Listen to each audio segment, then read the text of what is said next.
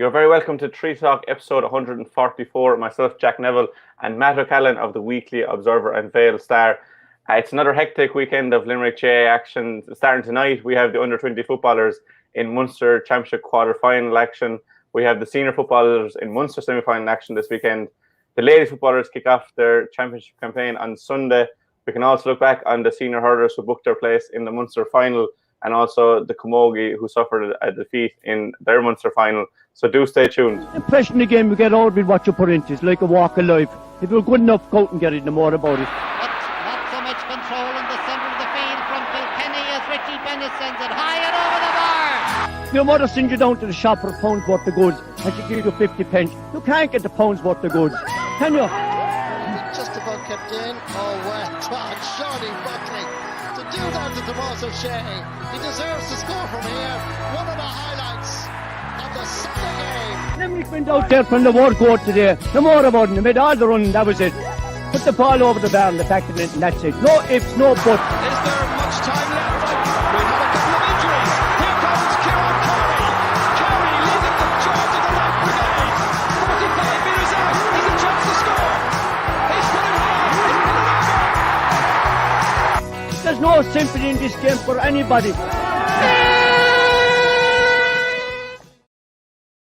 Matt, we're recording on Thursday morning, so for anyone that gets us after Thursday, this probably will be a bit behind. But tonight, the Limerick under-20 footballers under Jerry O'Sullivan play Tipperary in the Munster quarter-final. It'll be a third year in a row that the teams have met. Limerick have won the previous two games by a point on each occasion. I suppose just going through the team firstly, Matt, I'll throw it up on the screen and you can talk about it. It's a really strong lineup that Jerry has named with an awful lot of lads that people will be familiar with from the local senior and intermediate championship. So what was your making of the team that was named yesterday? Well, Jack, I first of all, I thought it was very, very strong. We got sight of the panel there about 10 days ago, and I was fairly convinced at that stage that Jerry O'Sullivan had a decent panel to choose from. But just going back, this is the third year playing Tipperary in the championship. Limerick won in Hurlers 2 years ago, in 2019, won in McNeville Park in a low-scoring game last year. But following the game against Tipperary and the win against Tipperary in a low-scoring game, as I said, Limerick put up a very, very creditable performance against a very strong Kerry team. Who we subsequently saw went on and had a huge win over Cork in the Munster final. But looking at the team and looking down through the team, I'm looking at Ronan McGilligan, Craig Carew, Cormac Wolfe, Darragh O'Keefe, John Hayes, James Mulno, Colin Ryan, all have been around since last year. And, you know, that is a hardcore of experience. Now, if you look at the lads that have come on, like take Alan McGrath from your own club, was one of the finds of the senior championship last year. We see that Sean Kilbridge there from Father Casey's, Elia O'Riordan from Father Casey's, Dylan Quirk from Father Casey's, making the breakthrough with the Father Casey's senior team. And Sean Kilbridge and Elia O'Riordan, of course, were two of the stars in the recent minor final, 2020 minor final. John Hayes, of course, at centre forward has vast experience. Brian Foley is breaking through on the Newcastle West senior team. So, like, there's a lot of very, very, very good and talented footballers on that squad. And even if you extend it and look at the substitutes list, guys like Brian Ahern in there, Luke Campbell from your own club in there, Shane O'Donoghue from my own club, Ballylanders, is in there. You know, there's strength and depth in the panel.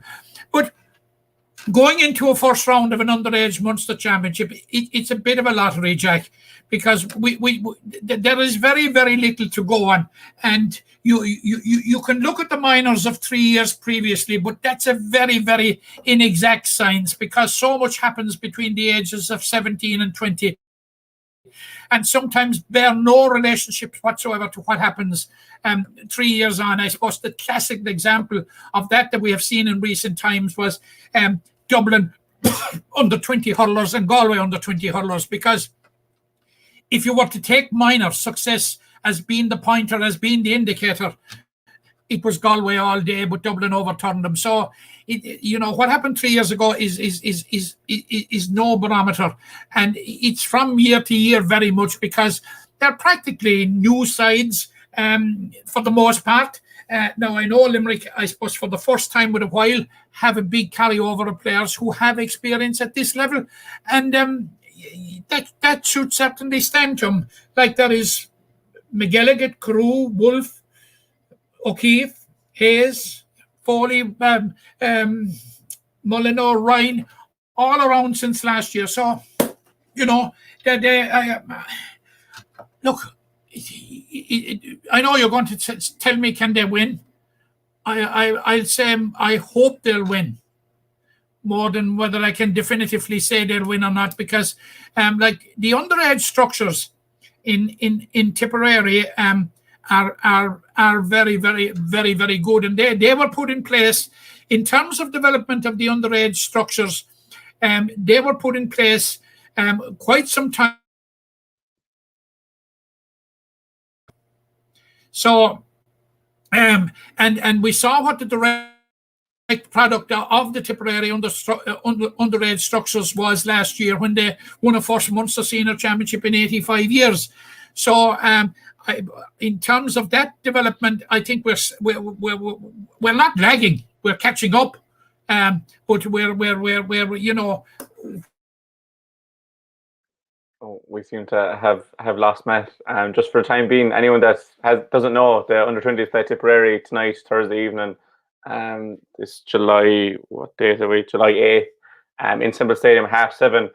As of yet, there's no streaming, and tickets have been sold out. So I suppose it'll be a following on Twitter. I'm not sure if the radio are doing something on the game. So, but look, if for anyone that has tickets, it's definitely a great opportunity to see some of the players.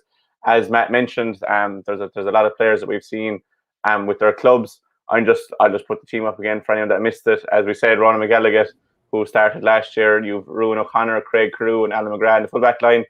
Cormac Wolfe, half-back, was there last year. Patrick Shannon and Sean Kilbridge. Alara Reardon, who was the minor captain last year. Darragh O'Keefe in midfield. Then you've Dylan Quirk, John Hayes, and Jamie Benham from Monaghan, the half-forward line. And then the full-forward line, Captain Brian Foley in the corner. James Molyneux, who was all-star last year, and Colin Ryan. The full-forward line was all playing against Tipperary and Kerry last year. So a real potent full-forward line. I was just saying there, Matt, but just the details of the game. You were saying about developing underage structures, and look, you don't want to get past this game, but for the winners of Tipperary or Limerick, hopefully Limerick, it's Clare Waterford in the Munster semi-final, and Limerick haven't been to an under-20 final since 2005. So while it's obvious that the seniors are building, it would be another huge step in development under 20s if they could get that Munster final. And look, that's 2 games away yet, but it's within touch. It's not within touch distance, but it's a real possibility given the draw. Yeah, Jack, we flagged this from the very. We flagged this when the championship draws were made, that this was a glorious opportunity for Limerick to end a Munster under 20 final wilderness. That this is a chance, because, like, if you see the 4 so-called minnows, weaker counties, all on the one side of the draw, it's a glorious opportunity. Now, obviously, again, if you're judging minor, but this comes with a serious health warning. Clare minors have been very good for the last couple of years, and they will really fancy their chances of getting through to a Munster final. But as I said, and without repeating myself, it's an inexact science, judging the form of minors as to what might transpire or what happened at under 20 level. It's a glorious chance, but I'm sure Jerry O'Sullivan and his management team have given one iota of thought to anything but getting over the Tipperary game this evening. And if that happens, they will then focus on the winners of Clare and Waterford. Yeah, and look, we won't touch on too much more. As you said, it's not an exact science to predict these under 20 games, and we haven't seen them. But from what we saw in 2020 and the players I've turned over and what we've seen, it's definitely nice for hope for Limerick that they can get into a Munster semi-final and join their senior counterparts. Talking about the senior counterparts. I'm going to Thurles this evening half cocky, Jack, about their chances. Well, Limerick never feared Tip, and they never feared him in Thurles either. So hopefully that'll be a good omen for the under 20 side. And I suppose a big best of luck to Jerry Sullivan, his third year going for a third successful win over Tipperary, all the backroom staff and all the players. I suppose after the year they've had, they've probably been in college and had to do it at home, or I don't know what they were doing, might have finished leaving certs or anything. So just the best of luck, and it's brilliant to see that they have a game to look forward to. Moving on to the seniors, I suppose it's a huge weekend for Billy Lee and his senior squad and all the backroom team. Playing Cork in Limerick in a Munster semi-final. I suppose Limerick played Cork in a Munster semi-final 2 years ago, and Park you're in. It came after a first Munster Championship win in 7 years over Tipperary, and Limerick got hockeyed on the day, for want of a better word. And Billy kind of, I don't know, half alluded to the other day. I think he said give him a dusting or something like that. But there's a real difference in this Limerick team from 2 years ago to now. How much of that gap do you think they've bridged? I think that Jack, that you're talking about a totally different scenario. 2 years ago, Limerick went into that game in Thurles with very, very, very little expectation, and came out of it with a surprise win, and then had to travel down to Cork to play Cork, and Cork were at a stage where they had been relegated as well at that stage, so but Cork seriously turned them over on the day. But if you reflect back on it, like Limerick had a chance of a very early goal, which didn't come off, and at the other end, Cork got an early goal. So we've talked about small margins in the past, but that may be a small margin but there was a big margin in it at the finish. But you're in a total different scenario now, Jack. Because coming into that game in Cork 2 years ago, Limerick had only two league wins in Division 4, and they were over London and Waterford. So, like, Limerick football wasn't in a good place at that time. Billy had problems at that time, which he'll freely admit in assembling his squad. But that's all gone now, Jack. We've had a complete. We haven't had a change, not a transition. We've had a transformation in the fortunes of Limerick football since. And you go back, the last time Cork were in the Gaelic grounds, Limerick beat them. Now it was the McGrath Cup, but it was a significant win, and Limerick went from there to build on it and to win promotion. And promotion to Division 3. And like we saw how they fared in Division 3 this year. Like they were winning a couple of kicks of a ball of being in Division 2. So like you're going into the Cork game now, having been almost joining Cork in Division 2, or even if the results went on the day, passing them on the way up and they're going down to Division 3. Because they were in a relegation playoff the day that Limerick were in the promotion playoff against Westmeath. To going into a game where in 2019, all you had won, Jack, was you'd won 2 games against Waterford and London, and in the year prior to that, you had won a game and a half. How did we win a game and a half? We beat Waterford and we drew with London. That's all we had to show. 14 league games, 3 wins, and the draw. It was paltry, but that has all changed for the better, and we have a totally different scenario now. Now, having said that, Cork are going to be quite strong. Back in 2019, Cork got into the Super 8s and accounted for themselves extremely well in that competition, and then they had the fantastic win over Kerry last year, but slipped up in the Munster final, and they were playing in a relegation playoff this year, Jack. Cork footballers were in a relegation playoff this year. Look, I've said this time out of mind. The unluckiest football team in this country for Youngs now has been Cork footballers. First of all, I suppose being like us all, being put into the same province of Kerry, is the first thing that you'd believe you're down in your luck. But I'll just give you an example of the Cork footballers. In 2019, Cork footballers went to Armagh, needing to win to survive in Division 2. They won. And lo and behold, the results conspired elsewhere to send them down through the trapdoor. In 2021, fast forward to 2021, they went to Ennis against high-flying Clare, needing to beat Clare to get a stab at promotion for Division 1. They got the job done, but finished level on points with Kildare and Clare, but with an inferior score difference. It is like something that was happening to Limerick for years. You know, ducks are drowning us. But that's the type of form. So, you know, right, they had a good win against Westmeath, racked up a big score. They will be very, very anxious. They will be coming to Limerick. They'll tread to Limerick very cautiously, Jack, because Ronan McCarthy and his backroom team will know that this is a banana skin waiting to happen for them. Now they will be expected to win, and I suppose the general populace will be expecting them to win. I have no doubt Billy Lee will have other ideas, and his squad will have other ideas, and they have reason for having other ideas. Yeah. So I think this is one that's you know, now when you look at the Cork team, there are some excellent footballers in it. Now they're going to be without Killian O'Hanlon, who was one of their mainstays for the last couple of years, and the midfield partnership that he had formed with Ian Maguire.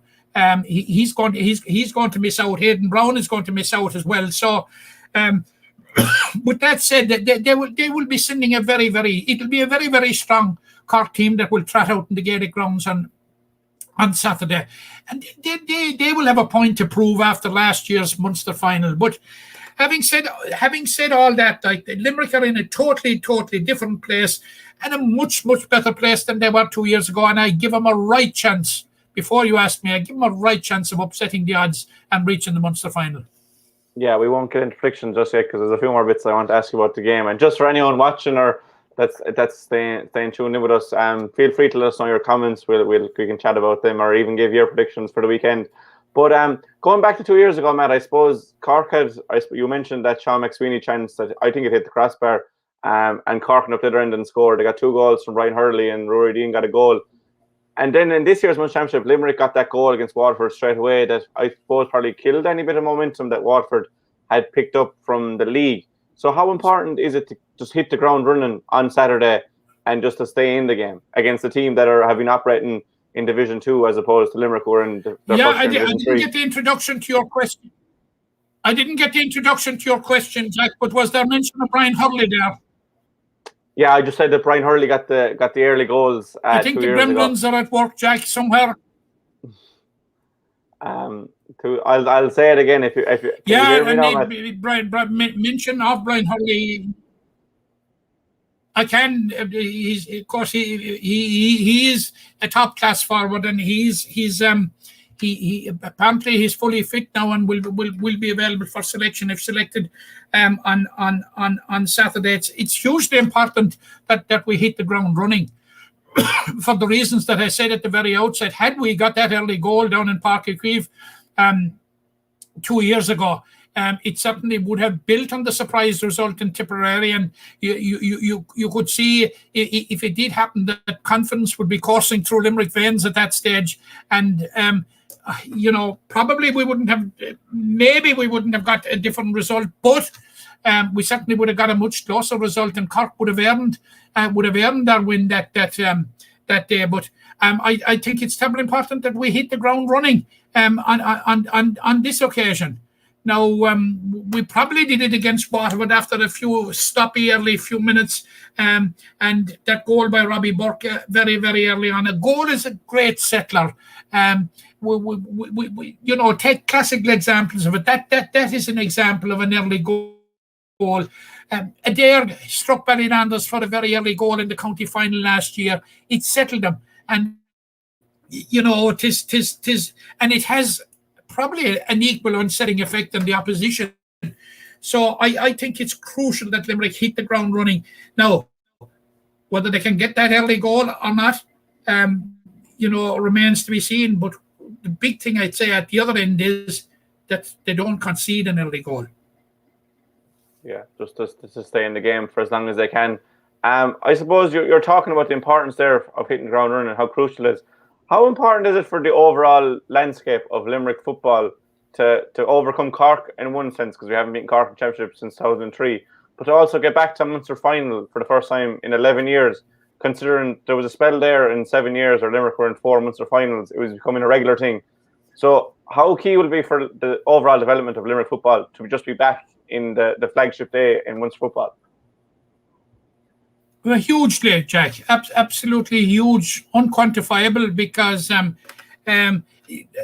let's face it, what we have spoken about, and Limerick's record in competition over the last 2 years in league and in championship. Don't forget, we've won in the championship in each of the last 3 years now, but we have had championship wins over Waterford in the last 2 years, and that memorable semi-final last year with Tipperary. So the next step in the progression of Limerick football, Jack, where it is at the moment, the next progression for Billy Lee and his team has to be, and I don't want to put a jinx on him, has to be claim a big scalp, a scalp of one of the big six in a competitive game.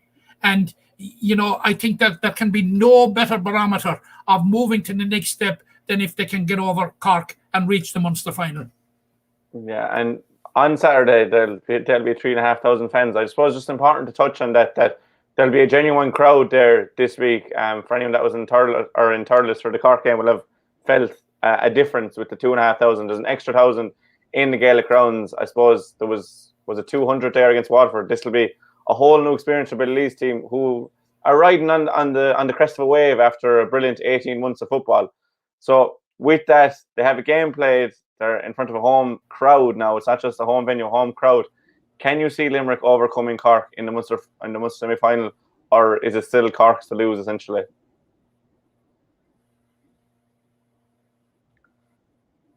Did I lost you there, Matt? I'll have to. I was just saying there, we'll have fans this weekend.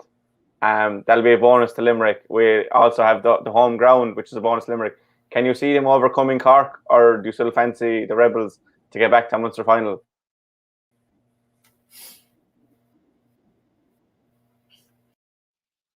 He's gone again. I suppose there, just for like I did with the under 20s, Limerick play Cork this Saturday in the LIT Gaelic grounds at 3:00. It's a game that'll be live on GAA Go for anyone that wants to watch it online or at home. There's 3,500 tickets available for the game. They're being distributed by the county boards. For any clubs that don't sell out their allocation, they'll be available tomorrow morning at 9:00, tomorrow Friday morning at 11 a.m. I have Matt come back in now. I'll just let Matt in there. Matt, can you hear me loud and clear now? I can hear you loud and clear. Where are those gremlins, Jack? Are they down yesterday?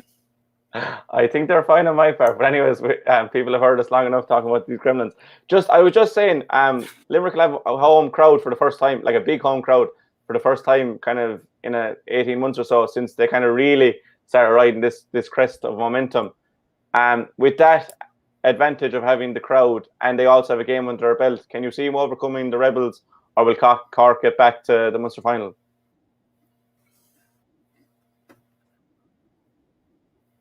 Yeah, I think they have a decent chance, Jack, for the reasons that you said. And there's an awful lot of people and an awful lot of dedicated football people in Limerick that haven't had the opportunity to see, let's call it in inverted commas, the new Limerick football team. And this will be their first opportunity. And it is absolutely fantastic to see that they are up to over 3,000 fans allowed in tomorrow. Now, I've no doubt some of them, or on Saturday, some of them will come down from Cork and all that. They'll have their share. They'll be anxious to see their team as well, because they were deprived of the opportunity of seeing them in that historic win over Kerry last year. And so it will add to the atmosphere. And we have been saying all along there that that home advantage isn't what it used to be or what it should be because of the absence of crowds. But even though there were only 2,400 allowed into Thurles last weekend, they made themselves heard, Jack, and they created an atmosphere, which was in such sharp contrast to what we had been used to being playing behind closed doors. Yeah. So if you were to call it, Matt, if you had to put your cast your flag, who would you be going for? Will it be the green and white of Limerick or the red and white of Cork? The red and white are favourites, Jack. Let's be pragmatic and let's be realistic. They're favourites, but I give Limerick a right good chance in this one. Yeah, I don't think it'll be anything like the 2019 semi-final. I think it'll be more like the 2020 final, where there was a kick of the ball between the teams, and the weight of the post held Tipperary last year. Let's hope that Limerick get the rub of the green this Saturday in the Gaelic rounds. But as I said, that game is available on GAA Go for the unlucky that don't get in. The 3,500 that are going, I'm sure they'll make enough noise for the people at home to be able to hear them. Moving on from the football, so obviously we have 20s tonight and the seniors on Saturday. We'll go back last Saturday, to the Hurlers against Cork in Thurles. I suppose 6 or 7 weeks ago, this Limerick, the unbeatable Limerick team, were being written off that the season was as good as over after they lost 2 league games in a row, and they're back now in a third Munster final. What was your big takeaways from Thurles last weekend? Well, my big takeaway, first of all, of course, was that we won, and we're into a Munster final, and we won decisively. Probably more decisively than the scoreline would suggest, of 8 points. If you factor in that Limerick had 20 wides, I suppose it reflects their dominance. But you need to be reflecting it on the scoreboard. So I've no doubt that John Kiley, Paul Kinnerk, and their men will be reflecting on that and will be working on that ahead of Sunday week's Munster final against Tipperary. It was the type of performance from Limerick that we hadn't well above what we hadn't seen in the league, well above anything we saw in the league. And I still think, Jack, and I still think it was a performance that was quite a bit short of what we know is Limerick's best. And it certainly didn't meet anything near the levels of the championship games of last year, I thought. It was well down on that, except possibly the Munster final of last year, when I thought Limerick had a poorish performance, but won on the day, and that's I suppose it's only the result that matters. But we saw what happened after the Munster final, the way they went on and won the All-Ireland. I think there's another couple of notches in this Limerick team, and I think they could be heading towards peaking at just the right time, Jack. You went to Cork, to Thurles, hadn't beaten Cork there since 1918, the senior championship. Had a very dodgy record against Cork in recent years, if you recall.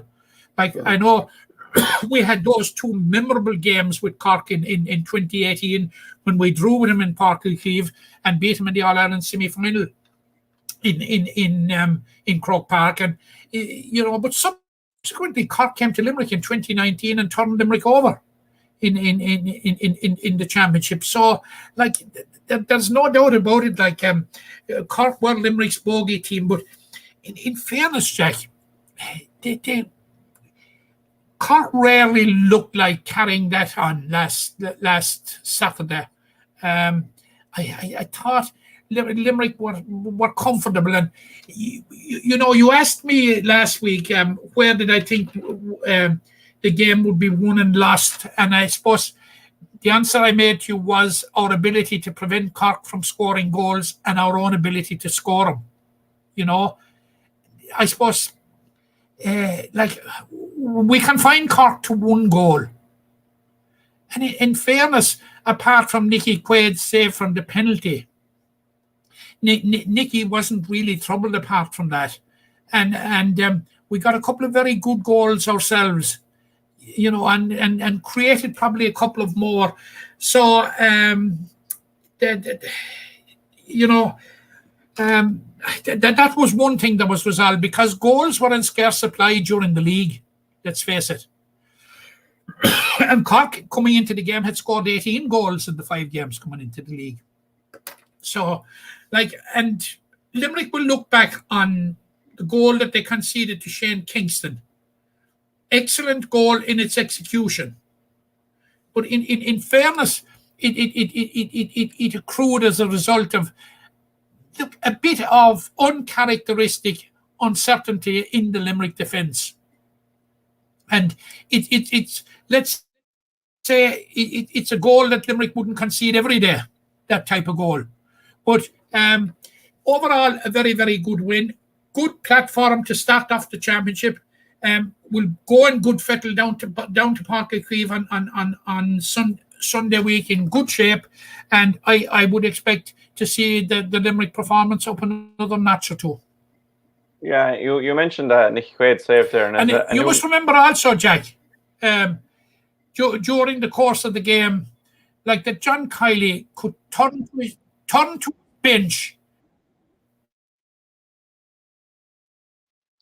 I think we've lost Matt again. John Kiley was turning to his bench. I'd imagine he's going to look at the resources that John Kiley has at his disposal. I'll just move Matt there for a second.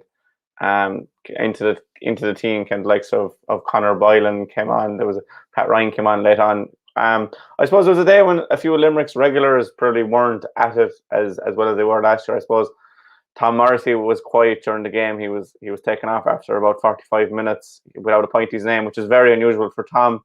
Aaron Gillan was pulled off. He had no point from play. Again, very unusual. He was well marked inside and full forward.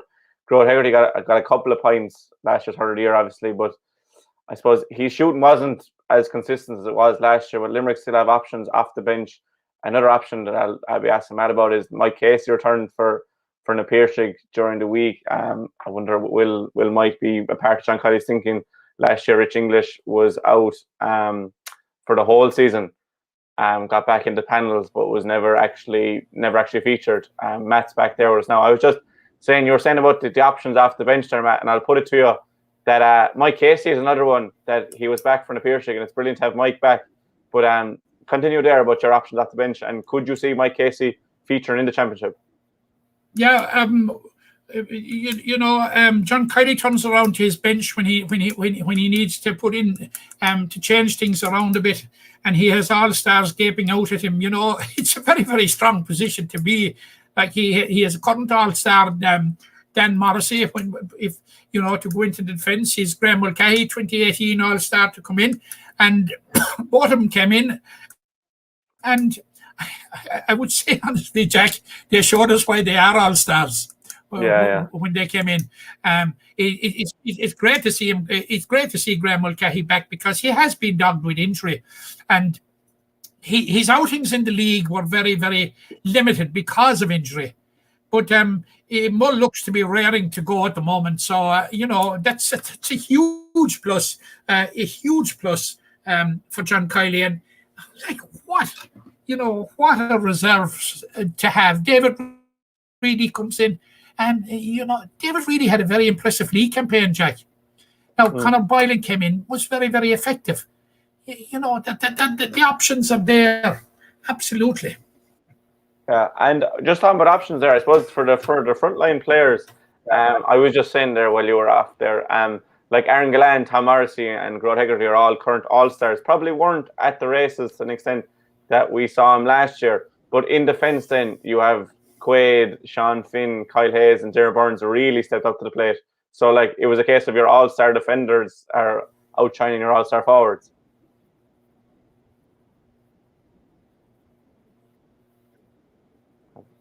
Yeah, well, Jack, that's the point I made at the very outset when I said that Limerick have a couple of more notches to go up and the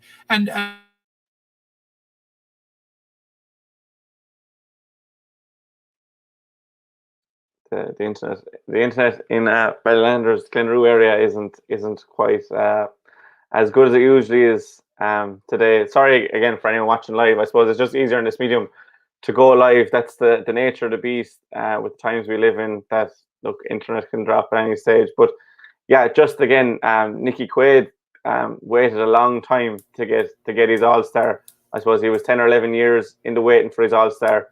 Got it last year, and a penalty save against Patrick Horgan. And as John Kiley rightly said, 99 times out of 100, you're expecting Pat Horgan to slot that penalty away. But the one time he doesn't, it just happens to be Nicky Quaid in goals.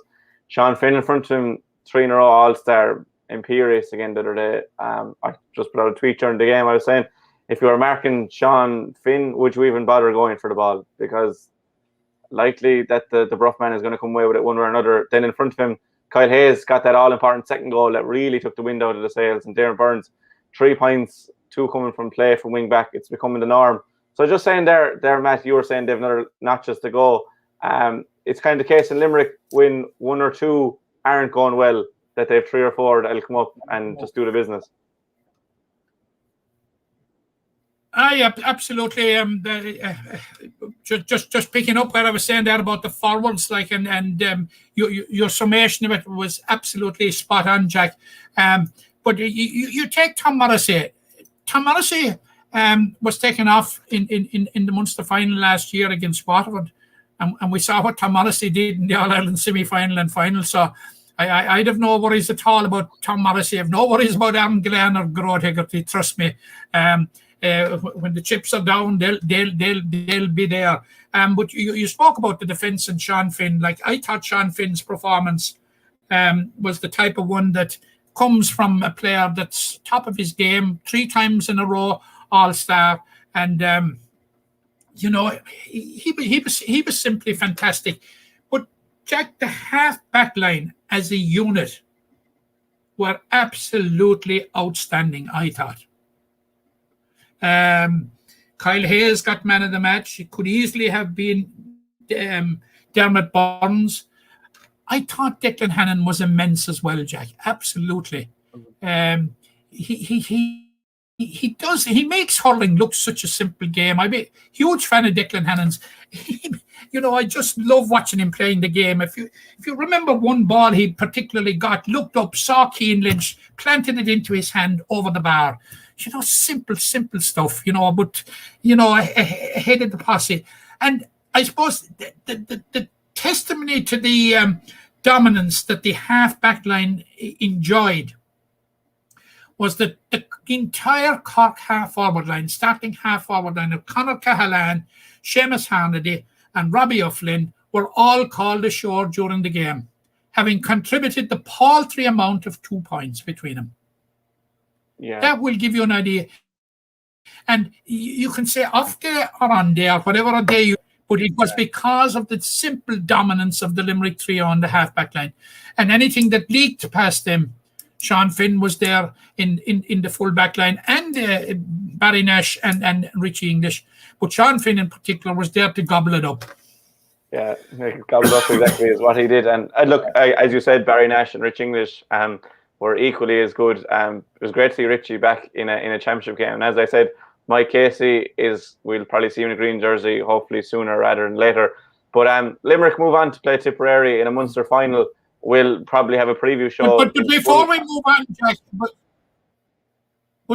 we move on, it's very, very important to pay full some tribute to Nicky Quaid for the save of the penalty. With Patrick Horgan facing up to a penalty, you'd back your house on him. But it was a brilliant save by Nicky Quaid. Absolutely brilliant save. Like sometimes, the great work of the goalkeepers doesn't get the credit that it deserves. But Nicky Quaid, his shot stopping is second to none. His puck out is second to none. He's the complete goalkeeper.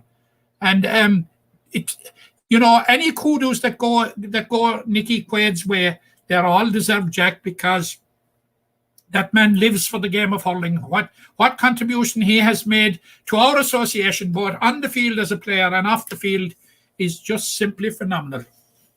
Yeah, as a new member of the goalkeeping union, you can really appreciate the effort of Nicky Quaid at the weekend. When lads were firing balls at me into the corner last night, I wasn't getting near him. So for Nicky to make that save, and look, it's no surprise, as you said, he has it all. He's the most complete goalie in Ireland at the moment. But just for a second, just on the Munster final, we're going to play Tip. We'll probably have a full preview of the game next week in full, probably a show dedicated to it. But just what's your initial thoughts on playing Tipperary in the Munster final, briefly? Oh, sure, look, the Tip and Limerick take on a life of their own. Limerick don't fear Tipperary. We've said it several times in the past. Not that they should fear anyone with the team they have at present. You know, I've heard the narrative from the last couple of days, and it disappoints me a small bit hearing people saying that it's done and dusted, that Limerick are just going to roll over Tipperary. That's not going to happen at all, Jack. That is not going to happen. When we were talking last week, we were talking about, you recall, contenders for the final, and we were saying, or for the to win the Liam McCarthy, and we were saying Limerick and Galway, and I said beware of Tipperary. Galway have got a little setback now, but only a setback, Jack. I would much prefer to call it a wake up call, but I would be very, very wary of Tipperary. Very, very, very wary. Like you Seamus Callanan, we saw him against, you know, heading back to playing very, very well. Noel McGrath, Brendan Maher. When we were talking earlier in the year, we were saying it was their lack of form that cost Tipperary last year. And they seem to be picking it up again this year now. I know they're being titled Dad's Army and what have you. But, you know, they are exceptionally good hurlers without exception, Jack. And I would be very worried. Now, we'll be going into it more in depth next week. But this is anything but done and dusted. We're in for one hell of a battle, I guarantee you, on Lee's side on Sunday week. Yeah, and hopefully we'll have the bones of 10,000 people there, but that's yet to be confirmed. I suppose moving on from the hurling, as I said, we'll have a full show next week. We'll move into the camogie, which there was a busy week for the camogie side, starting with the seniors. I suppose it was a disappointing weekend last Saturday in the Rag, a heavy loss to Cork in the Munster final. I suppose in one way, look, it's very disappointing to lose a final. Cork were favourites coming into the game, but they wouldn't have been expected to win in that manner. But to Limerick's credit, they never gave up. They battled hard till the end. So there are some positives for Pat Ryan and his team, but overall, a poor day at the office. Generally, a poor day at the office, Jack. And we knew going into the game that Limerick were up against it. And in those type of situations where you have a David and Goliath situation, what you need is the top team to have a relative off day and the challengers to have you know, everything to go right for them. And I think in many ways in the Rag on Saturday, what we got was the reverse. You had everything absolutely going right for Cork, and anything that could possibly go wrong for Limerick practically went wrong. But that is not to detract for 1 minute, Jack, from the performance at Cork. I thought it was a very, very consummate performance by Cork, and they were without Orla Cronin, who is one of their mainstays at the moment, their centre forward. But you know, I thought players, Aisling Thompson, I thought was absolutely outstanding, and Hannah Looney, Laura Tracy at centre half back, and Katrina Mackey, who was named at corner forward but was moving around the place. So there was a kind of a diamond around the middle there that Limerick found it very, very hard to match and to counteract. And again, it was their ability to score goals. But Limerick came nowhere near, Jack, and nowhere near their best performance. And like Pat Ryan is entitled to be scratching his head this week, this week, wondering where is Limerick's best performance. Like with the 2 wins over Clare, we had a good win over Waterford in Walsh Park. Then you had that loss to Galway. Now that loss to Galway wasn't as serious a loss as the scoreline might suggest. Then you had that fantastic performance against Kilkenny. And now we have this. But there's one common denominator to all three, Jack, is that it gives Limerick a sense and they know exactly the level they have to get to if they are to be contenders for national honours. It's as simple as that. Now, it's a small bit of a double whammy for Limerick insofar as that, first of all, you're losing a provincial final. And Cork were winning their 62nd, mind you, and we were only going for our second, which gives you an idea of the disparity in the standard, I suppose, and the disparity in the level of expectation. But what would worry me most is to get that type of reversal practically on the eve of going into the championship, because Wexford are due in Limerick on Saturday week in the opening round of the All-Ireland Series. There isn't a venue fixed yet. I understand it may be Bruff. I don't know. It's just it whispers that it may be Bruff, but that's something to be decided. But I think that was a downer going into the championship, because we are still entitled to believe that somewhere in between the performance against Kilkenny and in the 3 games they won and the performance last Saturday is the real Limerick, and that it might be good enough to get out of a group which also includes Tipperary and Offaly as well as Wexford. Now, Limerick have a home game against Wexford, and of course the randomness of the draw and Limerick's luck would see that they have to travel to Offaly and they have to travel to Tipperary. But that's for another day, and the home game is first. So that's what disappoints me most. Yes, disappointed to lose the Munster final, but far more disappointed is that it's your last game before entering into the real business of the championship. Yeah, I suppose just on that, it obviously disappointing, and as you said, it's the eve of the championship. But they do have a small bit of a break now till the 17th. It was fairly like non-stop for the last 7 or 8 weeks for Pat Ryan, especially Pat Ryan, who's doing it with both sides. This break will probably give them the chance to reflect, see what they did good in the league, see what probably went wrong in the league, and I'd expect that you'll see closer to the Limerick team that played against Kilkenny than against Cork when they play Wexford in the championship. Yeah, I'm expecting that, Jack. Pat Ryan, when he was speaking to us after the game, did mention that he had a sense during the week that Limerick were somewhat in awe of Cork and possibly giving them too much respect and worried about Cork, which is not the ideal preparation going into any game, let alone a Munster final. And you're right on the other issue as well about how busy they have been. It was Limerick's 3rd weekend in a row out in the Munster Championship, whilst Cork had just a semi-final against Tipperary the previous week. So probably that, and you remember back in the round robin in the Munster Senior Hurling Championship, when the 3rd game seemed to be a bottleneck for teams to try and get over the 3rd week in a row.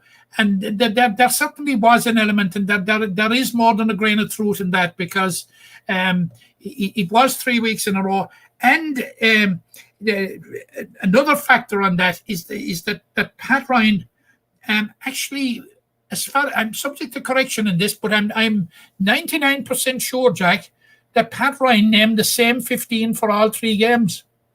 Yeah, he did. Now he used subs, all right. And having said that, I was terribly impressed with the cameo appearance of Laura Stack the last day, which she got a goal and a point after coming in, and certainly will give Pat Ryan a headache. You know, when it comes to selecting his team to face Wexford. There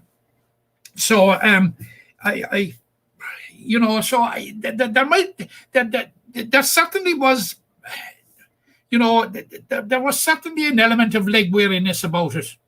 The 3 weeks in a row took its toll, Jack. There's no doubt about that. But I know with this truncated championships, condensed fixture lists and all that sort of thing, but we were probably slightly the victims of that. I'm not saying it would have changed the result, but you might have got I think you might have got a bit of much better performance from Limerick had they had the opportunity to have a break. But I suppose that is one of the downsides of being drawn into the preliminary round of the championship. But if you look back on the Munster Championship, I think Limerick will take quite a bit out of it. You play 3 games, you win 2, all right. You shift a heavy defeat. But the positives that you said right at the outset of this conversation are definite. That Limerick battled until Aaron Hogg blew the final whistle, which is to their credit, and which was something that Pat Ryan flagged, and he was extremely happy about. Yeah, I think overall from the league and Munster Championship, there's been more positives for Limerick camogie. And look, as I said, they have that break. They can go back, analyse where it went wrong, where it went right. And I'm sure we'll see them flying against Wexford on the 17th. Just staying on Limerick camogie, there was mixed results for the minor sides and under 16s during the week. The minors are into a Munster A final, and you've touched on this numerous times about the importance. And I suppose as we credit to the Limerick camogie that they're competing at that A level. They play Cork in the minor A final on the 13th, but it was disappointing for the under 16s who lost out Tipperary in All Ireland quarter final. I suppose starting with the minor side, a brilliant win, 2-7 to 1-7 against Clare. We've kind of had a lot of wins over Clare and camogie this year, and we'll take another one definitely. Oh, we'll take a win over Clare any day, Jack. Even in anything, snail, a Clare and a Limerick snail going up the wall. Yeah, I wasn't at the game, Jack. It was on Tuesday evening. Limerick had the elements to their back at the first half, built up a sizable lead, and Clare came back into the second half. But Limerick had to dog it out, which they had in the first round against Tipperary. But dog it out they did, and got the result. And you rightly say they're due to play Cork in the Munster final now next Tuesday evening at a venue to be confirmed. But actually, they're due to play Cork again later in the year in the first round of the Munster Championship, as far as I know. So it's busy times for Limerick camogie, and as such, there isn't an A and a B in the Munster Championship. They're all in it, which is fantastic. That they get to rub shoulders with the best. Very, very hard to know. Cork had a win over Waterford, I think, in the semi-final. So, I haven't seen him play actually, other than reports that I've got. So I'm depending on that. But it's going to be hard to beat Cork. But look, we're into a Munster final, Jack. Yeah, Cork actually beat Waterford 5-18 to 1-6. So it kind of gives you the level of where Cork are at. And as we've seen from the senior sides, and there's no bad camogie teams in Cork. But look, as we said, it's brilliant that they have to be in the A, but they're not just competing, but thriving. Tuesday evening, once we get confirmation of the fixture, we'll give a venue. I'm not sure how many will be allowed, depends on the venue, but it'd be great to have a crowd there for the minors who were robbed of championships like in recent years. And we saw them in an All-Ireland final only 2 years ago. So it's definitely building there. For the 16s, a disappointing loss to Tipperary in the quarter-final. But good. I was at that game now, Jack. I've seen the under-16s twice this year. I saw him beating Clare, and I saw him in the game against Tipperary. And I have to say I'm impressed with them, despite the fact that they're out of the championship. And what impresses me most of all, as I said last week, was the big call that Paul Neen and his backroom team and Limerick camogie made in entering him into the A championship. I have no doubt they could have taken the easy option probably and gone very, very far, if not won the B championship. But this is an opportunity for them to test themselves at the best with the best. Now they did a good win against Clare, and they did a very sluggish and slow start against Tipperary. Now it was a physically very, very strong Tipperary side, and like they battled, but they got an early goal through Ciara Dunn, which levelled it, but Tip drove on from there, and Limerick were playing catch up for far too long. But like it was a gritty, and it was a spirited performance, and I suppose the best satisfaction out of it all is that it exposed Limerick to camogie at the highest level at that grade, which is hugely important going forward, Jack. You know, we're right. There might be no dividend out of it in 2021, but there certainly will be dividends from it down in the years ahead. And fair play to Paul Nean and the manager and those that made the call to go up to A. Like, you know, and these days we have to be testing ourselves with the best. But now the talk about the under-16 championship, which is now down to the semi-finals, with Cork and Galway, with Kilkenny and Tipperary, is that Cork, Galway and Kilkenny are in a different level to the rest of the counties. And it looks as if Tipperary, like they are in the senior, in many ways it reflects the senior, that it's Tipperary that are knocking at the door of getting into a top four at that level. But certainly I was quite pleased with Limerick's performance. It was a gritty performance against a physically very strong Tipperary side. And like they can hold their heads high. Disappointing to lose, disappointing any day you lose, but a whole lot of positives, not just out of the game last Sunday, but out of the season as a whole. And there will be a Munster Championship to look forward to. Yeah, and so just to briefly go back on that, the minors will be in an A Munster A final on Tuesday the 13th. Again, we don't have a venue or time yet, but once we get them, we'll give them to you. And the best of luck to all the team and management in that final. Hopefully they can make up for the seniors lost in the Munster final, but it'll definitely be a tough task.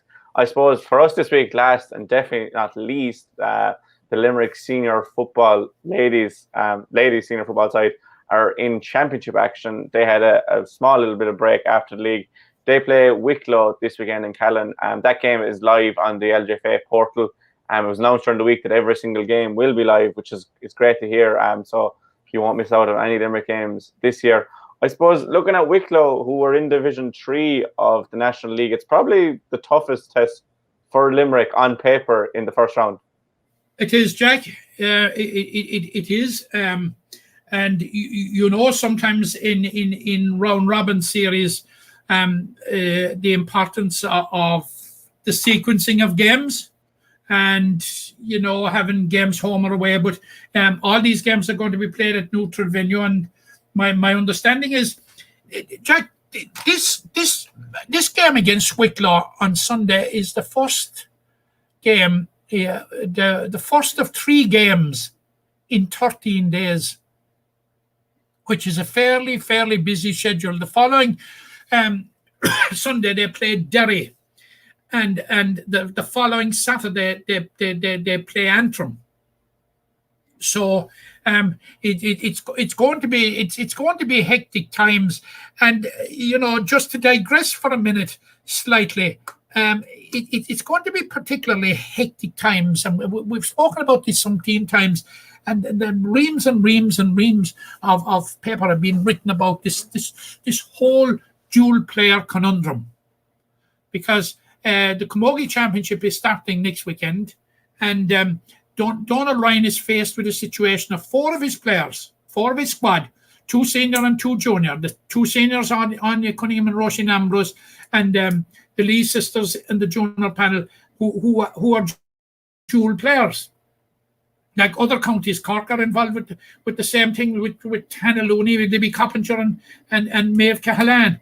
And I don't know what about it, but having a crash course of games in both codes in a very, very condensed period of time is going to be very, very taxing on the dual players. But look, Donald Ryan has a free run this weekend with no camogie. He has all his players available. He tended during the league, if you reflect back on the league, when these clashes arose, he certainly rested his camogie players from the start. Against Carlow, Anya Cunningham, nor Roisin Ambrose didn't start. Yvonne Lee didn't start against Leitrim, and it was all because that of their camogie commitments the previous day in most of these cases. So he'll have a full hand to choose from when he goes to the pack on to pick the team for Sunday, with the notable exception, of course, of Caroline Hickey. Now, Caroline Hickey is the vice captain and is not going to be available as she's going abroad, which is we wish Caroline the very, very best. She's been a great servant to Limerick ladies football, and is going to be a huge loss. Other than that, talking to Donald during the week, he has a clean bill of health to select from, and you're right. Of the 5 counties that are in the group, Wicklow are would certainly be the game that you'd be looking to as being the toughest. It's not going to be easy, Jack. That is going to be a tough game, like Wicklow runners up last year. Now, but with 4 out of 5 to qualify for the semi-finals, it's not going to be the end of the world were we to lose to Wicklow. We can still safely qualify and let the semi-finals, whenever they come around, take care of themselves. But it's certainly not going to be easy. Like, it's the first championship as well, with quite a number of years that Limerick will have gone out without the influence of Cathy Mee. So if you add that up with the loss of Caroline Hickey, because Caroline Hickey was one of the most experienced players in the side. But having said that, the team that went out last year in the championship to Fermanagh, the team that will line out, and I haven't seen the team. I'm sure we'll see it later today, Jack. The team that will go out against Wicklow in Callan on Sunday will in many ways mirror and reflect that team in terms of the line out. Now, Limerick in the league had only the benefit of they played 3 games in the league, and one of them was only against a junior side, Carlow. Played Offaly in the first round. Offaly are intermediate. Then played Carlow 1. Then played Leitrim. Leitrim are intermediate. And that again, they're coming off a defeat by Leitrim in the league semi-final. But as you said at the outset, there has been a bit of time between the league and championship. That will give them a chance to get that out of the system and focus on the Wicklow game. I honestly think that Limerick will make life difficult enough for Wicklow, Jack. They have a decent record enough against them. And I know you're going to try and put me on the spot to call it. So says him with the smug grin down in Ballysteen. Go on, so call it. Look, you'd have to, known for him, you'd have to say Wicklow. But I'm hoping for the best.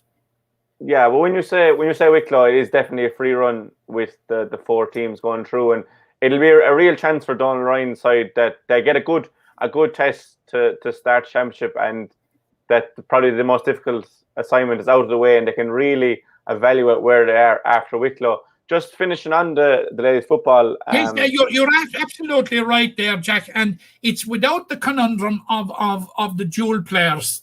thing, you know. But it's going to raise its head again during the week. There's no mistake about it. It's only delayed. It's not gone away. Yeah, but that's a debate for another day. And you'll have noticed how we didn't go near any sin bins or anything like this. We were trying to keep Matt nice and happy this week. And just finishing there, just on the ladies' football, Niamh McCarthy was named on the team of the league, and it's a just reward for Niamh. And you mentioned the obvious influence of Cathy Meehan, how we haven't had her now this year, but Niamh has stepped into the role as captain over the last 2 seasons and has been brilliant, and a just reward for her. A just reward for her, absolutely fantastic. But not just her football ability, but her leadership qualities. They stand out. Niamh McCarthy is the born leader. I thought it was an inspired choice to name her as captain, and an excellent player. And you know, let's hope she'll get the opportunity to give a speech in Croke Park, Jack. Yeah, not to get ahead of ourselves there before the first round. No, but I, looking that far down the road, if it comes to it, she'll be well able to do it. Oh yeah, that's a given. But I'd say that's probably, we've an hour and 5 on the clock there. I'd say that's probably about time that people will have stopped listening to us. Another huge weekend for Limerick GAA. Obviously, tonight, Thursday, you have the under-20s in quarter-final action against Tipperary. On Saturday, you have the Limerick senior footballers in Munster semi-final action against Cork in LIT Gaelic grounds.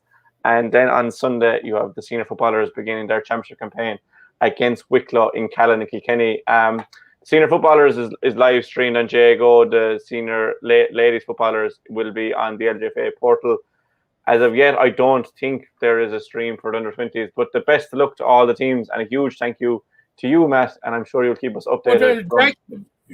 Jack, before I go, Jack, I just want to mention it, and it is a thing that's bugging me, because Limerick are GAA supporters, like the respect that they accord to their opponents and shake hands with their opponents afterwards, and what have you, and the respect that we have for our traditions, like the national anthem and the national anthem, or songs or anything of others. In such sharp contrast to what we witnessed at Wembley last night, where the Denmark national anthem, that the section of the crowd chose to boo during the course of while it was being played. And it just reminded me of we as a race, that we can be so proud of us here in this country, that when God Save the Queen was played in Croke Park, that great institution that represents everything that we are and everything that is Irish, the respect that was accorded to it. I think it was pitiful to see the disrespect that was directed towards the Danish national anthem, especially in the circumstances in which the Danes found themselves with that horrific incident in the first game with Christian Eriksen. So, look, I just have to mention it because Croke Park has been involved, and that day in Croke Park, when God Save the Queen was accorded the respect that any national anthem should be accorded, it made us extra proud to be Irish. Yeah, it definitely made us more proud to be Irish last night, and I'm sure on Sunday evening, once the ladies footballers game is over, we'll all be putting on our Italy jerseys and have our Italy flags. But that's a debate for another day. Many thanks to everyone for tuning in. If you're watching this back, apologies for the start, which will have a lot about a game that you'll have missed, and apologies for the delay in some of the connections. That's just the joy of doing things live. But the Gremlins held off there for the last 40 minutes or so we got a good hour out of it. Many thanks again, Matt, and we will talk again next week. You're welcome, Jack. The impression again we get out with what you put into it's like a walk of life. If you're good enough, go out and get it, no more about it. But not so much control in the centre of the field from Kilkenny as Richie Bennett sends it high and over the bar. Your mother sends you down to the shop for a pound's worth of goods and she gives you 50 pence. You can't get the pound's worth of goods, can you? Just about kept in. Oh, well, Johnny Buckley to do that to Tomas O'Shea. He deserves to score from here. One of the highlights of the Sunday game. Limerick went out there from the war court today. No more about it. They made all the run, that was it. Put the ball over the bar and the packed it, and that's it. No ifs, no buts. Is there much time left? We have a couple of injuries. Here comes Kieran Carey. Carey leading the charge of the right brigade. 45 metres out. He's a chance to score. He's put it hard. He's put it over. There's no sympathy in this game for anybody.